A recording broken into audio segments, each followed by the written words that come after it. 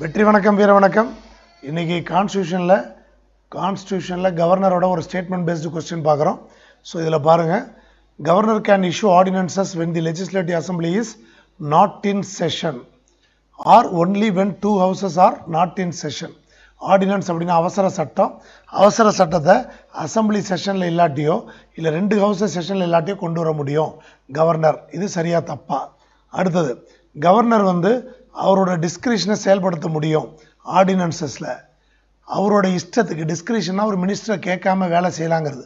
டிஸ்கிரிஷனாக governor மினிஸ்டர்ஸை கேட்காமையே வேலை செய்யலாங்கிறது. அப்போ மினிஸ்டர்ஸை கேட்காமே ஆர்டினன்ஸை கொண்டு வரலாமா? சரியா தப்பா?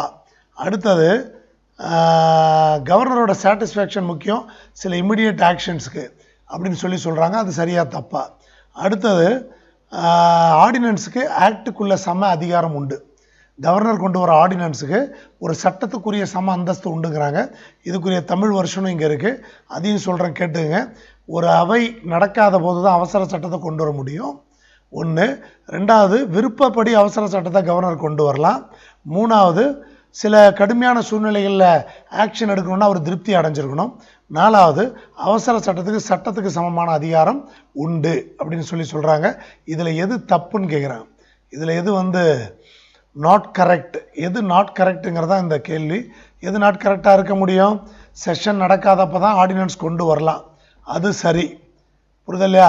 கவர்னர் திருப்தி அடைஞ்சாதான் ஒரு நெருக்கடியான நேரத்தில் ஆக்ஷன் எடுக்க சொல்ல முடியும், சரி. அவசர சட்டத்துக்கு சமமான மதிப்பு உண்டு, அதுவும் சரி. அப்போ என்னன்னா, அவசர சட்டத்தை கவர்னர் விருப்பத்துக்கு கொண்டு வரலான்னு சொல்கிறாங்க பாருங்கள், அது தப்பு. அவசர சட்டத்தை கவர்னர் விருப்பத்துக்கெல்லாம் கொண்டு வர முடியாது, அது மினிஸ்டர் சொல்கிறபடி தான் கொண்டு வர முடியும்.